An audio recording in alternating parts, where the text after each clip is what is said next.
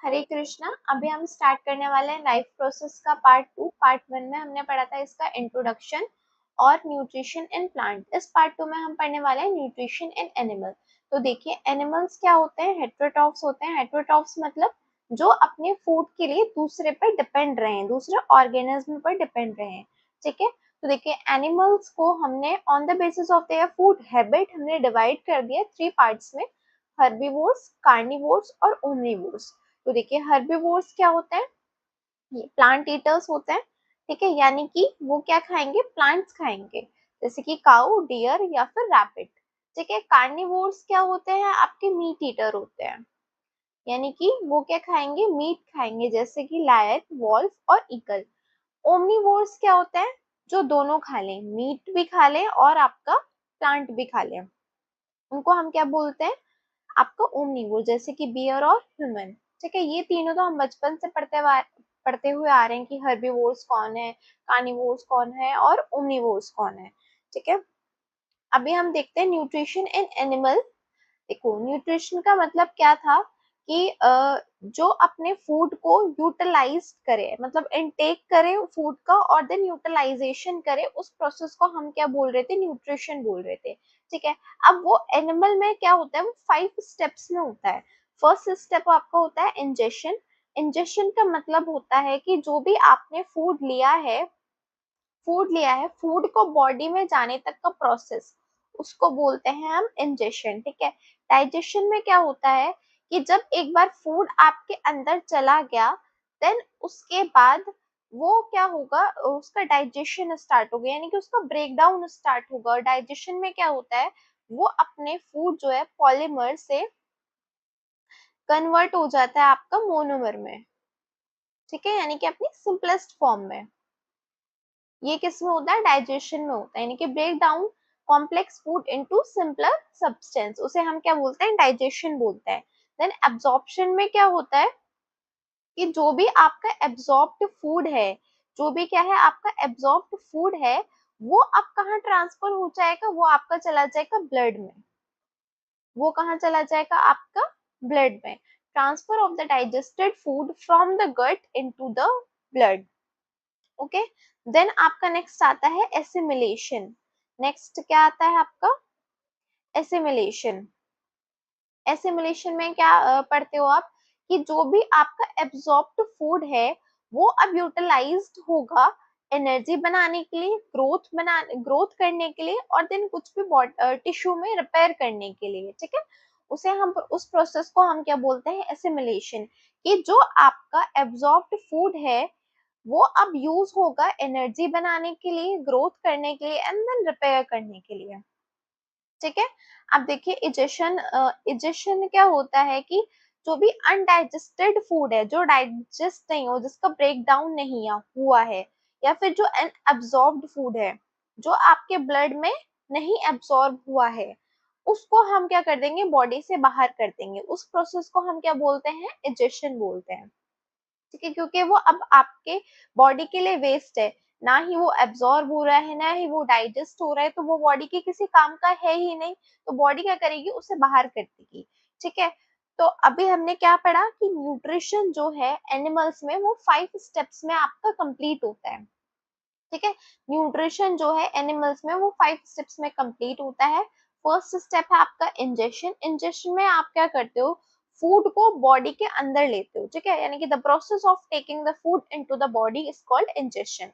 ठीक है, then digestion में क्या होता है? इसमें क्या होता है? जो आप फूड लेते हो, उसका ब्रेक डाउन होता है। ठीक है, यानी कि आप इसमें क्या कर रहे हो? फूड को पॉलीमर में कन्वर्ट कर रहे हो, पॉलीमर से कन्वर्ट कर रहे हो आप मोनोमर में। ठीक है, देन एब्जॉर्प्शन में क्या होता है कि जो आपका डाइजेस्टेड फूड है, जो डाइजेस्ट हो चुका है, जिसका ब्रेक डाउन हो चुका है, ठीक है, अब उसको हम क्या कर रहे हैं? ब्लड में लेके जा रहे हैं। उसको हम क्या ब्लड में लेके जा रहे हैं। देन उस प्रोसेस को हमने क्या बोला? एब्जॉर्प्शन। एसिमिलेशन में क्या हुआ कि जो भी आपका एब्जॉर्ब्ड फूड है, जो ब्लड में जा चुका है, अब आप उसका यूज कर रहे हो। क्या? अब उसका यूज कर रहे हो एनर्जी बनाने के लिए, ग्रोथ करने के लिए, देन टिश्यूज में रिपेयर करने के लिए, बॉडी में रिपेयर करने के लिए। ठीक है, देन इजेशन क्या है?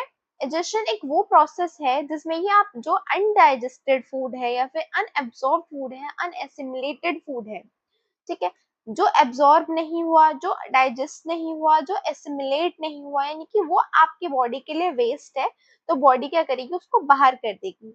तो elimination of the undigested food and waste from the body is known as digestion. ठीक है, अभी हम ये न्यूट्रिशन का प्रोसेस सिंगल सेल ऑर्गेनिज्म पे में पढ़ने वाले हैं। ठीक है, अब देखो सिंगल सेल ऑर्गेनिज्म मतलब जो सिर्फ आपकी एक सेल से बने हो, ठीक है, जैसे कि आपका अमीबा और पैरामीशियम। ठीक है, अब देखो अमीबा क्या होता है, जिसकी कोई फिक्स्ड शेप नहीं होती। ठीक है, अमीबा एक वो ऑर्गेनिज्म है जिसकी कोई फिक्स्ड शेप नहीं होती, वो कोई भी शेप ले सकता है। ठीक है, और क्या वो मूवमेंट के लिए एक इसमें स्यूडोपोडास प्रेजेंट होते हैं, वो यूज करता है अपने, ठीक है, मूवमेंट के लिए और फूड को इनगल्फ करने के लिए। ठीक है, मूवमेंट के लिए और फूड को इनगल्फ करने के लिए वो करता है स्यूडोपोडास यूज। ठीक है, देन पैरामीशियम क्या होता है, एक स्लिपर शेप्ड ऑर्गेनिज्म रहता है, यानी कि वो स्लिपर जैसी शेप में रहता है, उसमें क्या कहते हैं सीलिया प्रेजेंट रहता है। ये जो सीलिया आपको ये बाहर दिख रहे हैं, ये हेयर लाइक स्ट्रक्चर, इनको हम बोलते हैं सीलिया। ये क्या है, आपके सीलिया है, इनको हम क्या बोलेंगे, सीलिया बोलेंगे। ये इसकी मूवमेंट में हेल्प करते हैं और क्या फूड को एक डायरेक्शन प्रोवाइड करते हैं ओरल ग्रूव की तरफ। अब ओरल ग्रूव क्या है, जहां से इसका खाना एंटर होता है, जहां से इसका क्या फूड एंटर होता है, उसको हम बोलते हैं ओरल ग्रूव। ठीक है, ओरल ग्रूव क्या है, जहां से इसका फूड जो है एंटर होता है, उसको बोलते हैं ओरल ग्रूव। ठीक है, तो ये पैरामीशियम क्या है, आपका एक स्लिपर शेप ऑर्गेनिज्म है जिसमें कि सीलिया प्रेजेंट होते हैं। ठीक है, वो सीलिया हेल्प करते हैं इसके मूवमेंट में और फूड को एक डायरेक्शन प्रोवाइड करवाने में ओरल ग्रूव की तरफ। ठीक है, अब देखो अमीबा के और पैरामीशियम के कॉमन फीचर्स क्या है, दोनों ही सिंगल सेल ऑर्गेनिज्म है, यानी कि दोनों ही क्या एक एक सेल से बने हुए हैं। देन यूकैरियोटिक्स है दोनों ही। माइक्रोस्कोपिक है, माइक्रोस्कोपिक मतलब कि आप इन्हें नेक्ड आई से नहीं देख सकते हो, आपको इनको देखने के लिए क्या माइक्रोस्कोप का यूज करना पड़ेगा। देन दोनों ही क्या हेटेरोट्रॉफिक है, यानी कि अपना जो फूड को ये दोनों ऑब्टेन करेंगे, वो दूसरे ऑर्गेनिज्म से करेंगे। ठीक है, यानी कि वो फूड के लिए दूसरे ऑर्गेनिज्म पर डिपेंड है। ठीक है, अब देखो इसमें सिंपल डाइजेस्टिव प्रोसेस होता है, ये दोनों ही क्या बनाते हैं, फूड वैक्यूल बनाते हैं। फूड वैक्यूल का फॉर्मेशन होता है, देन डाइजेशन होता है, ठीक है, देन एब्जॉर्प्शन और फाइनली एजेशन। अभी देखिए न्यूट्रिशन इन अमीबा पढ़ेंगे। सबसे पहले हम पढ़ते हैं अमीबा के बारे में। अब देखो अमीबा क्या था आपका, एक सिंगल सेल ऑर्गेनिज्म है। ठीक है, सिंगल सेल ऑर्गेनिज्म है, इसकी कोई फिक्स्ड शेप नहीं है।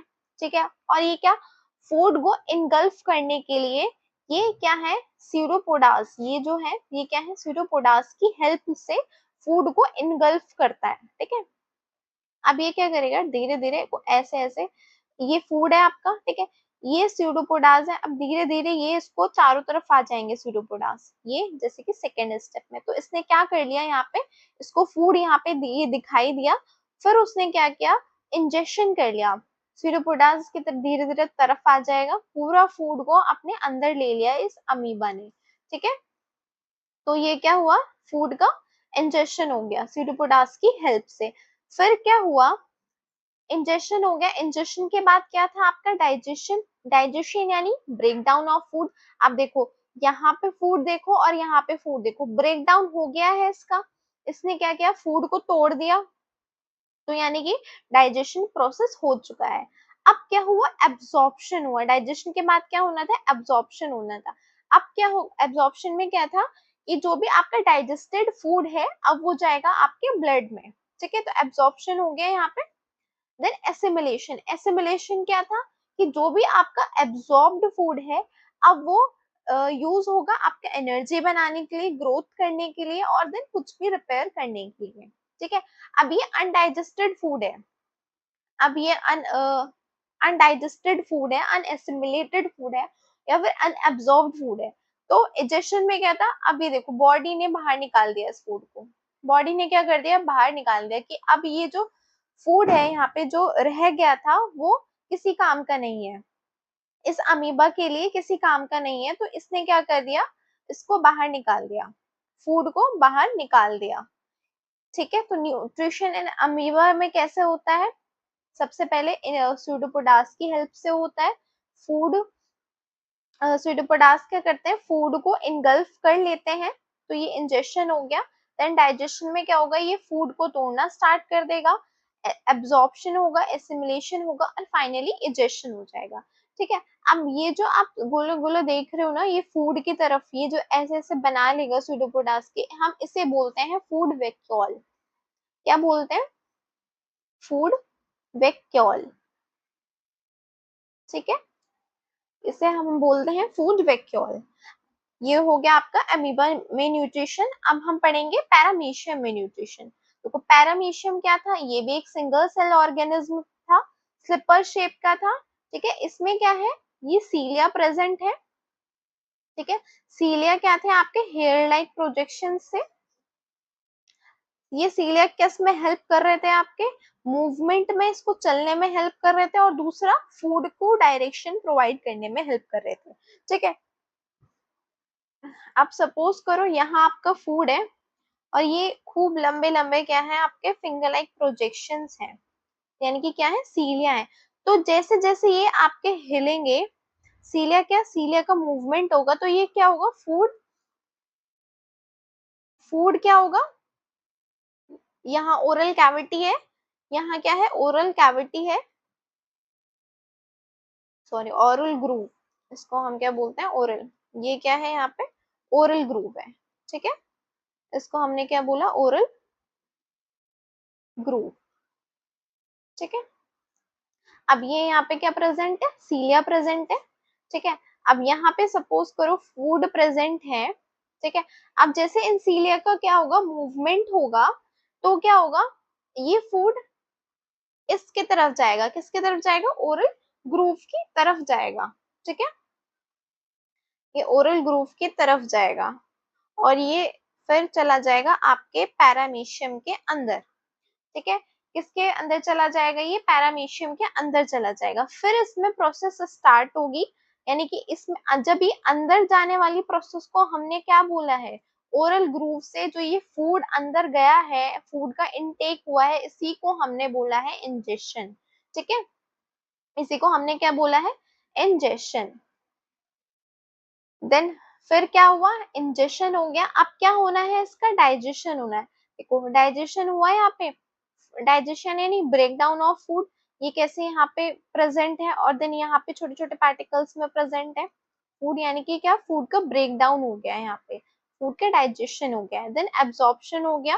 ठीक है, फिर एब्जॉर्प्शन के बाद एसिमिलेशन हो जाएगा, एसिमिलेशन हो जाएगा। ठीक है, और फिर फाइनली इजेशन हो जाएगा, यानी कि वेस्ट जो है आपका रिलीज हो जाएगा। अब यहाँ ये अनएब्सॉर्ब्ड फूड था, अनडाइजेस्टेड फूड तक क्या करेगा, ये बाहर चला जाएगा। ये बाहर का किसकी किस ऑर्गन के हेल्प से गया है, एनल पोर की वजह से। ठीक है, एनल पोर की वजह से। तो फूड इनटेक किसकी वजह से हुआ है आपका, फूड इनटेक किसकी वजह से हुआ है, ओरल ग्रूव की वजह से। ठीक है, ओरल ग्रूव की वजह से। एंड देन आपका एसिमिलेट, सॉरी एसिमिलेट नहीं, इजेशन किसके वजह से हुआ है आपका, एनल पोर की वजह से। ठीक है, एनल पोर की हेल्प से। ठीक है, तो इसमें भी क्या हुआ है आपका, इंजेशन हुआ है, डाइजेशन हुआ है, एब्जॉर्प्शन भी हुआ है, assimilation and then finally egestion. ठीक है, अब देखो अभी हमने सिंगल सेल ऑर्गेनिज्म की बात करी, अब हम न्यूट्रिशन की बात करेंगे ह्यूमन बींग्स में। ठीक है, अब देखो ह्यूमन बीइंग क्या होता है, होलोजोइक मोड ऑफ न्यूट्रिशन को शो करते हैं। होलोजोइक मोड ऑफ न्यूट्रिशन का मतलब क्या है, कि जो अपना जो खाना है, वो जो न्यूट्रिशन की प्रोसेस है 5 स्टेप वाली, वो पूरी की पूरी कहाँ होगी, उस सेल के अंदर होगी। ठीक है, यानी कि ह्यूमन बीइंग के अंदर होगी, उसको हमने क्या बोला है, होलोजोइक मोड ऑफ न्यूट्रिशन बोला है। अब ह्यूमन बींग्स तो आपको पता है हेटेरोट्रॉफिक नेचर के होते हैं, यानी कि अपने फूड के लिए दूसरे ऑर्गेनिज्म पर डिपेंड रहते हैं, ठीक है। ओमनीवोरस होते हैं, ओमनीवोरस यानी कि जो मीट ईटर्स भी हों और जो प्लांट ईटर्स भी हों, ठीक है। तो ह्यूमन बींग्स क्या है, holozoic mode of nutrition show करते हैं, हेटेरोट्रॉफिक ओमनीवोरस ऑर्गेनिज्म होते हैं, ठीक है। अब देखो न्यूट्रिशन के प्रोसेस के लिए ह्यूमन बींग्स में एक स्पेशल सिस्टम होता है, उस स्पेशल सिस्टम का नाम क्या होता है, आपका डाइजेस्टिव सिस्टम। क्या होता है, डाइजेस्टिव सिस्टम, ठीक है। ये आपका डाइजेस्टिव सिस्टम ये कुछ ऐसा नजर आता है, जिसमें कि माउथ है आपका, then oesophagus, stomach, small intestine, large intestine, then यहाँ रेक्टम आता है, ठीक है, रेक्टम आता है और एनस आता है देन आपका। देन इनको हेल्प करने के लिए कुछ और ऑर्गन्स भी प्रेजेंट रहते हैं, जैसे कि आपका ये गॉल ब्लैडर, मेन जो आपके रहते हैं वो लिवर, पेनक्रियाज एंड यहाँ कुछ सलाइवरी ग्लैंड्स प्रेजेंट रहती हैं, ठीक है। तो जो आपका ह्यूमन डाइजेस्टिव सिस्टम है वो दो चीजों से बना होता है, एक तो आपका फर्स्ट एलिमेंट्री कैनाल, ठीक है, और दूसरा आपके कुछ ग्लैंड्स। जो आपकी ग्लैंड्स होती हैं वो सिर्फ इस एलिमेंट्री कैनाल की हेल्प करने के लिए होती है, ठीक है। जो आपका मेन काम चल रहा होता है ना फूड पर, वो इस एलिमेंट्री कैनाल में होता है, ठीक है। अब देखिए एलिमेंट्री कैनाल जो है आपका माउथ माउथ से स्टार्ट होती है, ये यहाँ पे माउथ से स्टार्ट होती है आपकी एलिमेंट्री कैनाल और एनस पे खत्म होती है, ठीक है। एलिमेंट्री कैनाल एक आपकी 9 मीटर की लॉन्ग ट्यूब है, क्या है, एक 9 मीटर की लॉन्ग ट्यूब है, जो आपकी कहाँ से, माउथ से स्टार्ट होती है, यहाँ से स्टार्ट होगी माउथ से, और ये ट्यूब यहाँ तक चलेगी, ये पूरी पूरी ऐसे, ये पूरा ऐसे ऐसे चल के ये लास्ट एनस पर खत्म हो जाएगी, ठीक है। उसको ही हमने कहा है ये पूरी क्या है, ट्यूब एलिमेंट्री कैनाल है, ठीक है। 9 मीटर लॉन्ग ट्यूब है।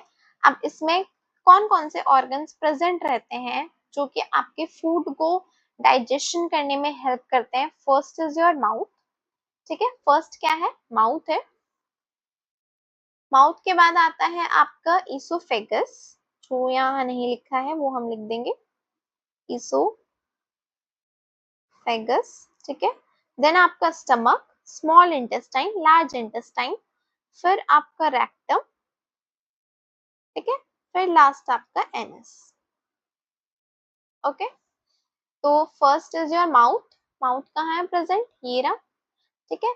ईसोफेगस ये लॉन्ग ट्यूब है, oesophagus long tube, then stomach, small intestine, large intestine, यहाँ पे रेक्टम प्रेजेंट रहता है आपका, ठीक है, और देन फाइनली योर एनस। अब कुछ एसोसिएटेड ग्लैंड्स यानी कि हेल्प करने के लिए कुछ ग्लैंड्स प्रेजेंट होती हैं आपकी, सलाइवरी ग्लैंड, लिवर और पेनक्रियास, ठीक है। अभी हम ये एक एक चीज डिटेल में पढ़ने वाले हैं, ठीक है। तो अभी स्टार्ट करते हैं अपने माउथ से। तो देखो माउथ का क्या काम होता है कि सिर्फ एक माउथ का काम होता है कि फूड को अंदर लेने का, ठीक है। क्या कि जो आप जो भी टाइप का फूड है एक स्पेशल ऑर्गन प्रेजेंट रहता है, वो बोलते हैं माउथ। इसका क्या काम रहता है, इंजेस्ट करने का काम रहता है, ठीक है। अब जो आपकी डाइजेशन की प्रोसेस है ना वो माउथ से ही स्टार्ट हो जाती है। माउथ से स्टार्ट कैसे हो जाती है, ऐसे हो जाती है क्योंकि देखो डाइजेशन का मतलब क्या था, ब्रेक डाउन ऑफ फूड, ठीक है। अब माउथ में क्या प्रेजेंट रहता है, आपके टीथ प्रेजेंट रहते हैं, ठीक है। माउथ में क्या प्रेजेंट रहते हैं, टीथ, और टीथ का क्या काम है आपका, फूड को कट करने का। तो यानी कि वो फूड को कट कर रहा है, यानी कि डाइजेशन का प्रोसेस ही तो स्टार्ट हो गया। तो हमने इसलिए बोला कि जो आपका फूड है, फूड का डाइजेशन है वो स्टार्ट हो गया है आपके माउथ से ही, ठीक है। अब जो इसका माउथ के इनर पोर्शन को ना हम बकल कैविटी बोलते हैं। माउथ के, ये आपका पूरा माउथ है, इसके जो इनर पोर्शन को हम बोलेंगे बकल कैविटी। अब बकल कैविटी में तीन चीजें प्रेजेंट रहती हैं आपकी, टीथ, टंग और सलाइवरी ग्लैंड। टीथ का काम बता दिया मैंने आपको कि फूड को कट करना है, ठीक है। अब फूड को कट करने यानी कि डाइजेशन प्रोसेस स्टार्ट हो गई है। डाइजेशन प्रोसेस कौन सी, फिजिकल डाइजेशन। ठीक है, कौन सी? टीथ का क्या काम है? फिजिकल डाइजेशन करना, फिजिकल डाइजेशन करना। टंग का क्या काम है? देखो टंग का क्या काम है कि एक तो वो फूड को मिक्स करने में हेल्प करती है, सॉलोइंग में हेल्प करती है, यानी कि गटकने में हेल्प करती है, जो भी आपका चुई वाला फूड है। ठीक है, और आपका ऑर्गन फॉर टेस्ट है। आपकी टंग प्रेजेंट है इसलिए ही आपको फूड खट्टा है, मीठा है, नमका है, तीखा है, इस चीज का पता लगता है। ठीक है, अब नेक्स्ट है आपका सलाइवरी ग्लैंड। अब देखो सलाइवरी ग्लैंड का क्या काम है कि कुछ सलाइवा को ये क्या करती है, सिक्रीट करती है, जो कि फूड को मॉइस्टन करने में हेल्प करते हैं, उसको निगलने में हेल्प करते हैं। ठीक है, अब वो फूड मॉइस्टन होगा तो ही तो आप इजिली निगल पाओगे उसको। ठीक है, अब उन सलाइवा, उस जो ये सलाइवरी ग्लैंड सलाइवा सिक्रीट करती है, उसमें कुछ प्रेजेंट रहता है सलाइवरी एंजाइम। वो सलाइवरी एंजाइम क्या होता है, स्टार्च को ब्रेक डाउन करने में हेल्प करते हैं। ठीक है, इससे क्या होगा, जो स्टार्च है वो कन्वर्ट हो जाएगा आपका माल्टोस में। ठीक है, स्टार्च को क्या करता है, ब्रेक डाउन करने का हेल्प हेल्प करता है, ब्रेक डाउन करता है। ठीक है, स्टार्च को क्या करता है, ब्रेक डाउन करता है। कौन? सलाइवा आपका, सलाइवा, क्योंकि उसमें क्या प्रेजेंट है, सलाइवरी एंजाइम प्रेजेंट है। ठीक है, ये हो गया आपका माउथ के बारे में। एक बार दोबारा से देख लीजिए क्या होता है माउथ। माउथ एक आपका इंजेस्ट वाला ऑर्गन है, जो कि आपको फूड को इंजेस्ट करेगा। ठीक है, फूड को इंजेस्ट करने के बाद इसमें तीन मेन ऑर्गन्स प्रेजेंट रहते हैं, टीथ, टंग और सलाइवरी ग्लैंड। टीथ क्या होगा, फूड को कट करेगा, यानी कि फिजिकल डाइजेशन होना स्टार्ट हो जाएगा। इसमें डाइजेशन का प्रोसेस यहीं से, माउथ से ही स्टार्ट हो जाता है। ठीक है, देन टंग टंग क्या करेगा, फूड को मिक्स करने का काम है, सोलो करने का काम है, और ऑर्गन क्या है, टेस्ट का ऑर्गन है। देन सलाइवरी ग्लैंड सिक्रीट करती है आपकी सलाइवा को। ठीक है, जिसमें प्रेजेंट रहता है आपके सलाइवरी एंजाइम। वो क्या करते हैं, सलाइवरी एंजाइम स्टार्च को ब्रेक डाउन करते हैं आपके माल्टोस में। ठीक है, और क्या है कि माउथ के इनर पोर्शन को हम बोलते हैं बकल कैविटी। उस बकल कैविटी में ही ये तीन ऑर्गन प्रेजेंट रहते हैं, आपके टीथ, टंग और सलाइवरी ग्लैंड। ठीक है, नेक्स्ट आपका देखते हैं इसोफेगस। अब देखो इसोफेगस, इसोफेगस देखो एक लॉन्ग ट्यूब है। ठीक है, जिसमें कि पार्शली जो डाइजेस्टेड फूड है, यानी कि जो आपका माउथ डाइजेस्ट, जितना डाइजेस्ट कर चुका है फूड को, अब वो पास होगा आपके किसमें, स्टमक में, थ्रू द इसोफेगस। ठीक है, it passes through the diaphragm. अब देखो डायफ्राम ना, यहाँ पे एक मसल होती है जिसको हम रेस्पिरेटरी मसल बोलते हैं। ठीक है, वो आपके रेस्पिरेशन में हेल्प करती है, इसलिए हम उसे रेस्पिरेटरी मसल बोलते हैं। वो डायफ्राम क्या होता है, आपके थोरेसिक कैविटी को, यानी कि थोरेसिक कैविटी यानी चेस्ट को और आपके एब्डोमेन को सेपरेट करने का काम करती है। ठीक है, डायफ्राम क्या है, डायफ्राम एक मसल है जिसे रेस्पिरेटरी मसल बोलते हैं, जो कि आपकी चेस्ट को और एब्डोमेन को डिवाइड करने का काम कर रही होती है। अब क्या होता है, इसोफेगस ना इसको पास आउट करके स्टमक में एंटर करती है। ठीक है, it passes through the diaphragm and opens into the stomach. इसके बाद क्या है कि जो lining of the canal has a muscle. अब इसके अंदर ना, इस इसोफेगस के अंदर कुछ मसल्स प्रेजेंट रहती हैं ऐसी, जो कि कॉन्ट्रैक्ट और रिलैक्स होती रहती हैं। ठीक है, उस कॉन्ट्रैक्ट और रिलैक्सेशन के मूवमेंट को ही, जो रिदमिक होता रहता है, उसको ही हम बोलते हैं पेरिस्टालसिस। ठीक है, इस पेरिस्टालसिस मूवमेंट से ही जो आपका फूड है वो पुश डाउन होता है नीचे की तरफ, यानी कि स्टमक में एंटर करता है। ठीक है, और ये जो पेरिस्टालसिस मूवमेंट है वो सिर्फ इसोफेगस में नहीं होती, वो आपके इसोफेगस में भी होगी, स्टमक में भी होगी, और आपके इंटेस्टाइन में भी होगी। ठीक है, इस पेरिस्टालसिस मूवमेंट के द्वारा ही आपका फूड जो है वो नीचे की तरफ जाता है, पुश फॉरवर्ड मतलब आगे की तरफ जाता है। ठीक है, इसोफेगस से स्टमक में, स्टमक से आपके इंटेस्टाइन में। ठीक है, देन इंटेस्टाइन से लार्ज इंटेस्टाइन में, और देन लार्ज इंटेस्टाइन के थ्रू मतलब एनस के थ्रू देन बाहर. This movement is called peristaltic movement and occur all along the gut, यानी कि ऑल अलोंग द गट यानी कि पूरे गट में होगा, आपके इसोफेगस में भी, स्टमक में भी और आपके इंटेस्टाइन में भी. ठीक है, तो इसोफेगस का एक यही काम है कि एक लॉन्ग ट्यूब रहती है जो कि माउथ को और आपके स्टमक को कनेक्ट करने का काम करती है, आपके डायफ्राम को पास आउट करती है. ठीक है, इसमें क्या होता है, पेरिस्टालसिस मूवमेंट होता है क्योंकि इसकी जो लाइनिंग कैनाल की लाइनिंग है उसमें कुछ स्पेशल टाइप की मसल प्रेजेंट रहती है जो कि कॉन्ट्रैक्ट और रिलैक्स रिदमिकली हो जाती है. इस पेरिस्टालसिस मूवमेंट के द्वारा ही जो आपका फूड है वो पुश होता है फॉरवर्ड.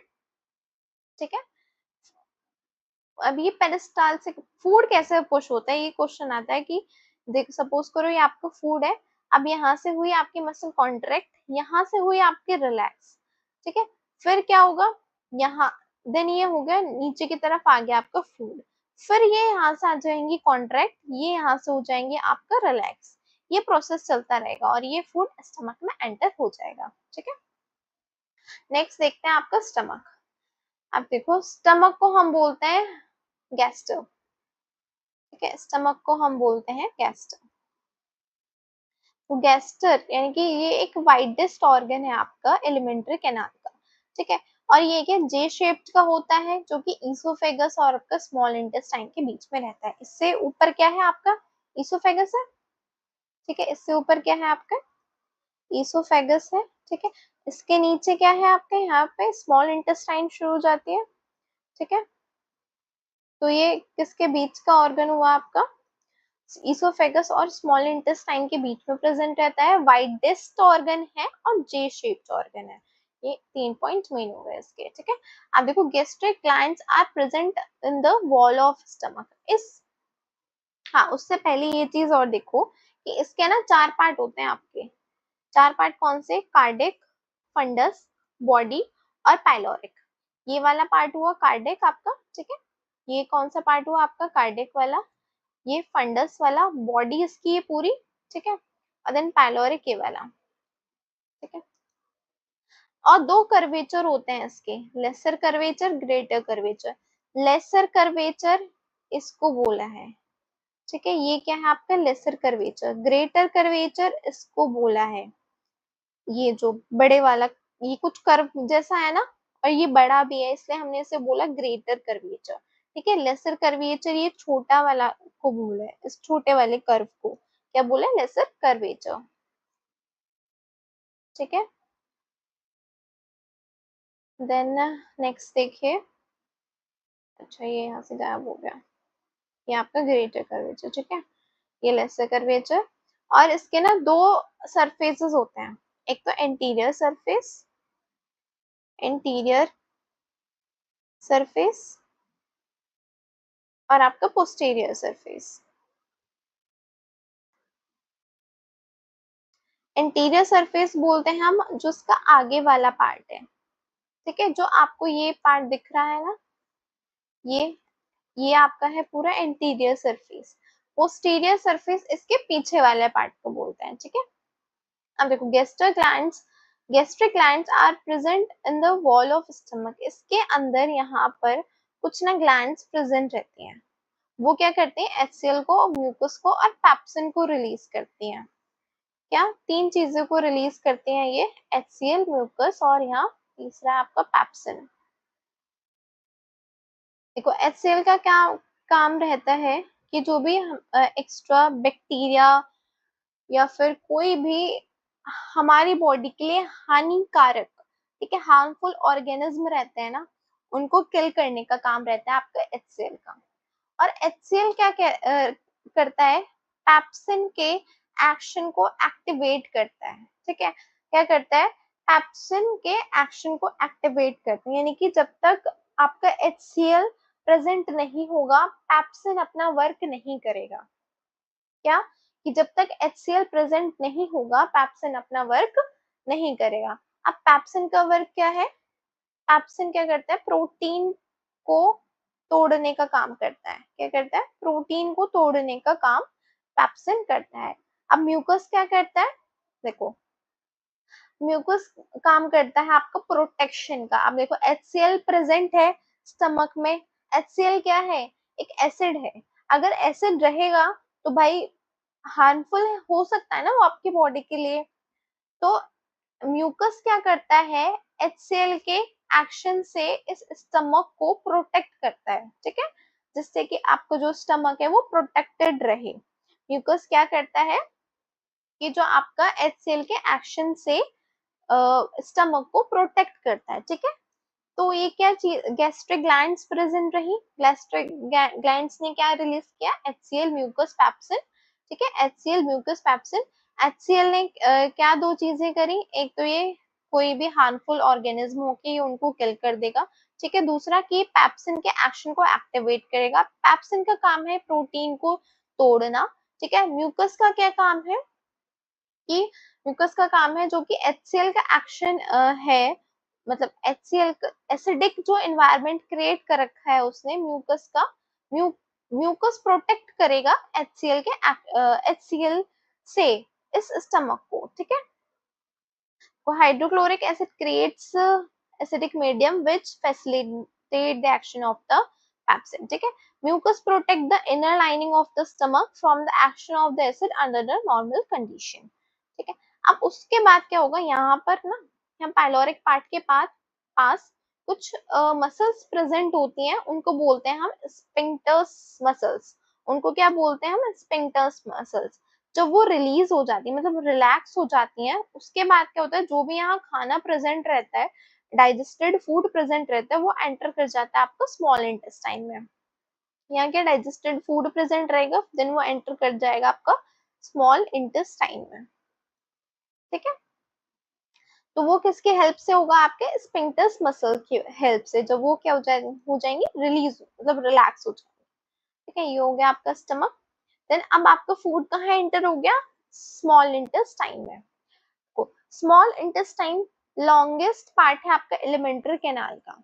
अब बात ये आती है, हमने फिर इसे स्मॉल क्यों कहा अगर ये लॉन्गेस्ट पार्ट है?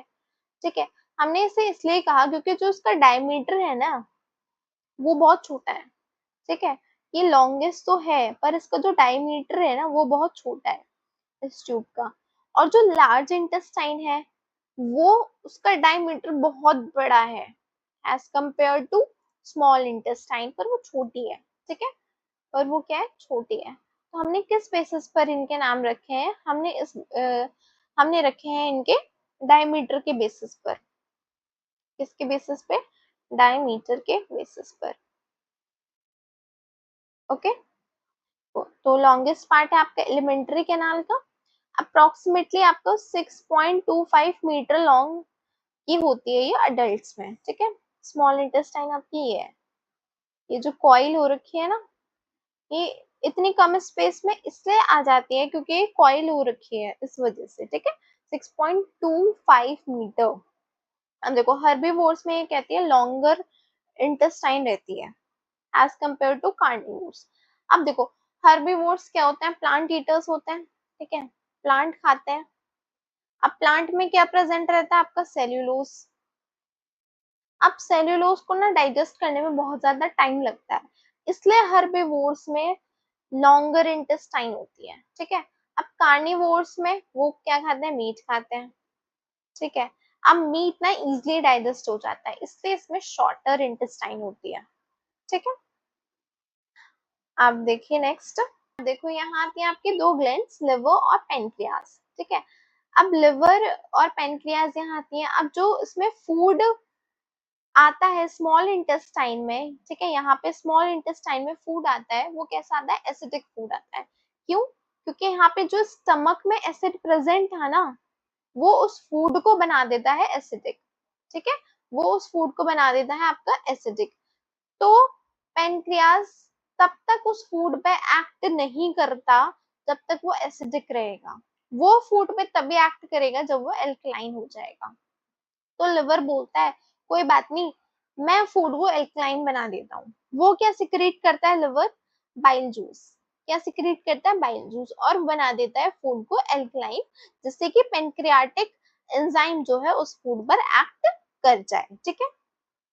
दूसरी चीज, कि आपके जो इंटेस्टाइन में ना फैट जो प्रेजेंट रहता है वो लार्ज ग्लोब्यूल्स में प्रेजेंट रहता है। तो जो बाइल जूस जो लिवर सिक्रीट करता है ना, उस फैक्ट पे भी एक्ट कर जाता है और उसको स्मॉलर ग्लोब्यूल्स में तोड़ देता है, ब्रेक डाउन कर देता है, यानी कि उस प्रोसेस को लार्ज ग्लोब्यूल्स में से स्मॉलर ग्लोब्यूल्स में कन्वर्ट कर देता है, यानी कि इमल्सिफिकेशन ऑफ फैट कर देता है। कौन करता है? बाइल जूस करता है। बाइल जूस कहाँ से सिक्रीट होता है? आपका लिवर से सिक्रीट होता है। ठीक है, तो लिवर का क्या काम हुआ? लिवर सिक्रीट करता है आपका बाइल जूस। बाइल जूस दो चीज में हेल्प करता है। फर्स्ट, कि वो फूड को एल्कलाइन करता है। दूसरा, कि वो इमल्सिफिकेशन ऑफ द फैट में हेल्प करता है। ठीक है, यानी कि break down of the large globules of the fat. ठीक है, अब दूसरा पेनक्रियाज। अब बाइल जूस ने तो, लिवर ने तो अपना काम कर दिया, बाइल जूस को सिक्रीट करते, तो अब आता है आपका पेनक्रियाज। पेनक्रियाज क्या करता है? आपका पेनक्रियाटिक जूस को सिक्रीट करता है। ठीक है, वो क्या करता है? पेनक्रियाटिक जूस को सिक्रीट करता है। उसमें क्या होता है? ट्रिप्सिन, एमिलेज और लिपेज। अब क्या होता है? ये ट्रिप्सिन जो है, क्या ट्रिप्सिन एक्ट करता है आपका प्रोटीन पर। ठीक है, प्रोटीन पर उसको तोड़ने के लिए। ठीक है, एमाइलेज हेल्प करता है आपका कार्बोहाइड्रेट पर, कार्बोहाइड्रेट पर। ठीक है, और लाइपेज एक्ट करता है आपका फैट पर। ये तीनों एंजाइम क्या करते हैं? प्रोटीन को तोड़ते हैं, कार्बोहाइड्रेट को तोड़ते हैं और आपका फैट को तोड़ते हैं। ठीक है, अब एक चीज देखो यहाँ पे, देखो ये आपका लिवर है। ठीक है, ये आपका क्या है? लिवर है, जो कि क्या सिक्रीट कर रहा है? बाइल सिक्रीट कर रहा है। लिवर का काम होता है बाइल को सिक्रीट करना, लेकिन उसको स्टोर करने का काम होता है आपका गॉल ब्लेडर का। ठीक है, उसको बनाएगा, प्रोड्यूस सब कुछ करेगा लिवर, और फिर ये बाइल जूस सिक्रीट कर दे, उसके बाद ये जाएगा आपका गॉल ब्लेडर में। गॉल ब्लेडर में स्टोर हो जाएगा ये यहाँ पे। गॉल ब्लेडर जब भी इसका बाइल जूस का काम होगा, गॉल ब्लेडर क्या करेगा? इसको भेज देगा आपके स्मॉल इंटेस्टाइन में। ठीक है, इसको काम भेज देगा आपके स्मॉल इंटेस्टाइन में और फिर वहां वो अपना वर्क करेगा। ठीक है, अब यहाँ पे आपका ये येलो कलर का जो आपको ऑर्गन दिख रहा है, ये क्या है? आपका पेनक्रियास। पेनक्रियास क्या सिक्रीट करता है? पेनक्रियाटिक जूस सिक्रीट करता है। पेनक्रियाटिक जूस सिक्रीट करता है जिसमें कि क्या क्या कंटेन रहता है? आपका ट्रिप्सिन, एमाइलेज और आपका लाइपेज। ठीक है, वो आपके प्रोटीन को, कार्बोहाइड्रेट को और फैट को तोड़ने में हेल्प करते हैं। ठीक है, इनकी प्रोटीन को, कार्बोहाइड्रेट को और फैट की डाइजेशन में हेल्प करते हैं। ठीक है, एक बार दोबारा देख लो आप जल्दी जल्दी। देखो, इसमें क्या होते हैं? दो ऑर्गन आ जाते हैं, लिवर, पेनक्रियास। ठीक है, जो कि डाइजेशन में हेल्प करते हैं। अब पेनक्रियास क्या करता है? पेनक्रियास क्या करता है? आपका पेनक्रियाटिक जूस को सिक्रीट करता है। ठीक है, पेनक्रियाटिक जूस को सिक्रीट करता है। इसमें तीन चीजें आ गई, इसमें ट्रिप्सिन, एमाइलेज, फैट, जो कि प्रोटीन के, कार्बोहाइड्रेट के और फैट को डाइजेशन में हेल्प करता है। ठीक है, लिवर क्या होता है? बाइल जूस सिक्रीट करता है जिससे कि फूड को एल्कलाइन बना दे वो, और जो इमल्सिफिकेशन, दूसरा काम इसका क्या है? इमल्सिफिकेशन ऑफ द फैट का काम है इसका। ठीक है, लिवर क्या है आपका? ये जो रेड बड़ा वाला ऑर्गन दिख रहा है। पेनक्रियास क्या है? ये जो छोटा छोटा और ये येलो कलर का ऑर्गन दिख रहा है। लिवर का काम है सॉरी, बाइल जूस को सिक्रीट करना। गॉल ब्लैडर का काम है बाइल जूस को स्टोर करना। ठीक है, अब देखो, आपके ना स्मॉल इंटेस्टाइन पे बहुत छोटी छोटी ग्लैंड्स प्रेजेंट रहती हैं और विलाई प्रेजेंट रहती है। ठीक है, अब उन ग्लैंड्स का क्या काम है? इंटेस्टाइनल जूस को सिक्रीट करना। ठीक है, क्या कि आपकी स्मॉल इंटेस्टाइन पे, यहाँ ये स्मॉल इंटेस्टाइन है। ठीक है, स्मॉल इंटेस्टाइन पे क्या प्रेजेंट रहेंगी? यहाँ छोटी छोटी ग्लैंड्स प्रेजेंट रहेंगी। ठीक है, अब इन ग्लैंड्स का क्या काम है? आपका इंटेस्टाइनल जूस को सिक्रीट करना। ये क्या करेंगे? इंटेस्टाइनल जूस को सिक्रीट करेंगे। अब इस इंटेस्टाइनल जूस का क्या काम है? फाइनल डाइजेशन करना फूड का। ठीक है, फाइनल डाइजेशन करना। फाइनल डाइजेशन मतलब ये वाला जो पेनक्रियाटिक जूस फाइन कर चुका है ना, प्रोटीन को तोड़ चुका है, कार्बोहाइड्रेट को तोड़ चुका है, फैट को भी तोड़ चुका है, अगर फिर भी कुछ बच चुका होगा तो क्या करेगा? वो इंटेस्टाइनल जूस का काम रह जाएगा।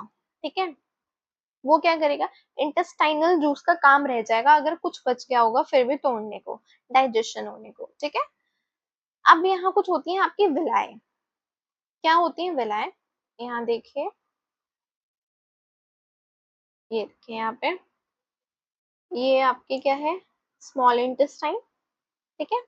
क्या है स्मॉल इंटेस्टाइन, यहाँ क्या होती है, इसके अंदर ना विलायें प्रेजेंट रहती हैं, बहुत छोटी छोटी ऐसे फिंगर लाइक प्रोजेक्शन रहती है, ठीक है। क्या होते हैं, फिंगर लाइक प्रोजेक्शन रहती है, ये विलायें, ठीक है। अब ये विलायें ना बहुत, अरे यार ये गायब हो गया, रुको, ये आपकी इंटेस्टाइन हो गई, ठीक है। अब इस इंटेस्टाइन पे क्या, इसके अंदर क्या प्रेजेंट रहती है, विलायें प्रेजेंट रहती है। विलायें क्या होती है, फिंगर लाइक प्रोजेक्शंस होती हैं, ठीक है। अब विलायें की ना बहुत रिच अमाउंट में ब्लड सप्लाई रहती है, क्या, बहुत ज्यादा रिच अमाउंट में क्या रहती है, ब्लड सप्लाई रहती है, बहुत अच्छा खासा इनके पास ब्लड होता है, ठीक है। क्या होता है, ब्लड रहता है।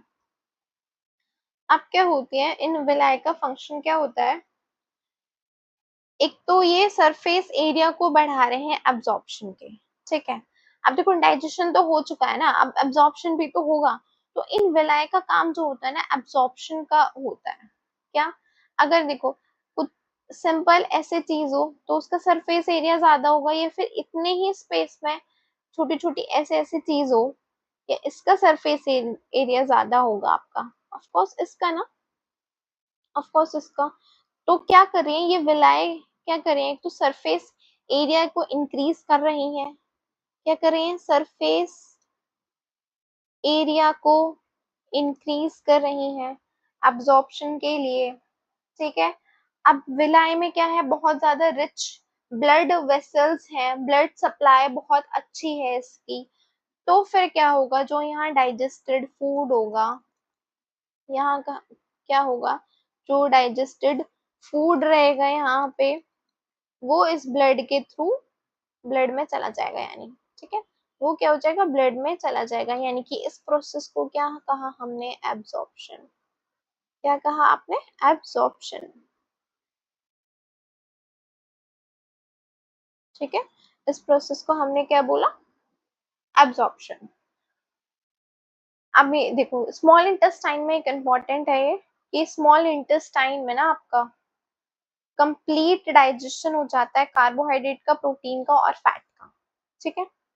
अब देखो स्मॉल इंटेस्टाइन में बहुत कुछ हो चुका है, अब रिवाइज करते हैं क्या क्या हो गया भाई। फाइनली देखो स्मॉल इंटेस्टाइन क्या है, डायमीटर के बेसिस पे हमने इसका नाम लिखा है, क्योंकि इसका जो डायमीटर रहता है वो लार्ज इंटेस्टाइन से छोटा रहता है, लेकिन जो है ये लॉन्गेस्ट पार्ट है आपकी एलिमेंट्री कैनाल की, 6.25 मीटर की रहती है। हर्बीवोर्स में ये ज्यादा लॉन्गर रहती है, क्योंकि हर्बीवोर्स क्या होते हैं, प्लांट ईटर्स होते हैं, ये सेल्यूलोज को खा, प्लांट्स में क्या होता है, सेल्यूलोज रहता है, सेल्यूलोज को डाइजेस्ट होने में बहुत ज्यादा टाइम लगता है, ठीक है।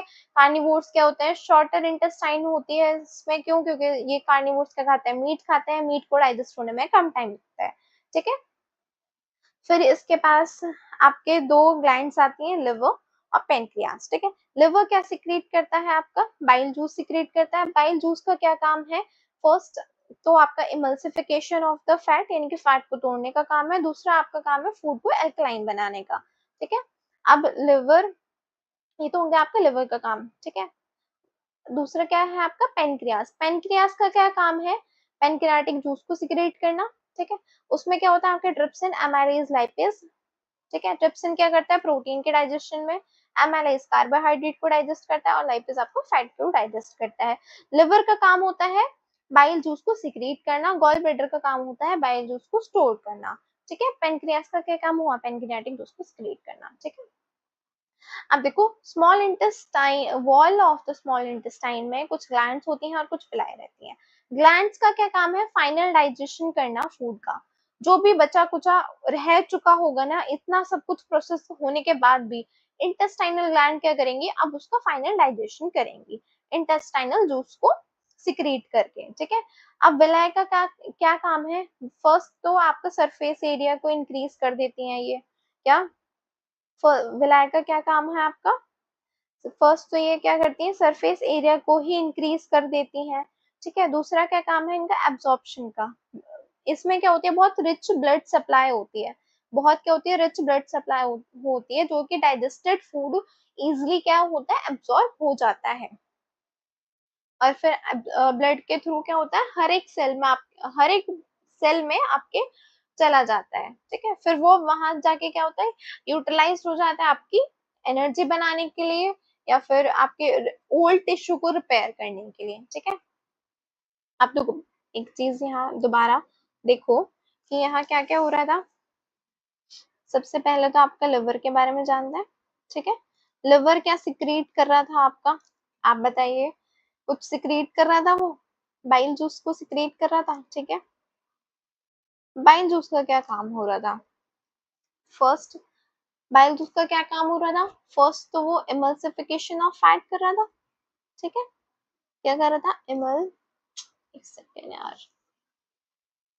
Emulsification of fat, emulsification of fat. ठीक है, दूसरा काम क्या था कि वो फूड को एल्कलाइन बना रहा था। ये भूल मत जाना बस, ये फूड को एल्कलाइन भी बना रहा था, जिससे कि आपका पेनक्रियाटिक जूस एक्ट कर सके उस फूड पर। ठीक है, लिवर का काम तो आपका ये हो गया। ठीक है, पेनक्रियास क्या कर रहा था, बताइए जल्दी से, क्या सिक्रीट कर रहा था, पेनक्रियाटिक जूस। ठीक है, क्या सिक्रीट कर रहा है आपका, पेनक्रियाटिक जूस सिक्रीट कर रहा है। ठीक है, पेनक्रियाटिक जूस क्या क्या कर रहा है, इसमें क्या चीज रहती है, एक तो ट्रिप्सिन रहता है। ठीक है, ट्रिप्सिन का क्या काम है, किस पे एक्ट कर रहा था, आपका प्रोटीन पे। ठीक है, दूसरा क्या है आपका, लाइपेज, लाइपेज किस पे एक्ट कर रहा है, आपका फैट पे। ठीक है, कार्बोहाइड्रेट पे कौन एक्ट कर रहा था आपका, अमाइलेज, अमाइलेज किस पे एक्ट कर रहा है आपका, कार्बोहाइड्रेट पे।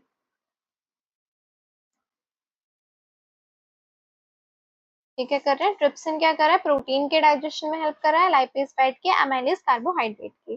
ठीक है, अब देखो फाइनल डाइजेशन में क्या होता है, फाइनल डाइजेशन में क्या होता है, जो आपका प्रोटीन है ना, जो क्या है आपका प्रोटीन है, वो कन्वर्ट हो जाएगा आपका फाइनल डाइजेशन के बाद अमाइनो एसिड में, अमाइनो एसिड में। ठीक है, और आपका जो ये फैट है वो आपका कन्वर्ट हो जाएगा फैटी एसिड में।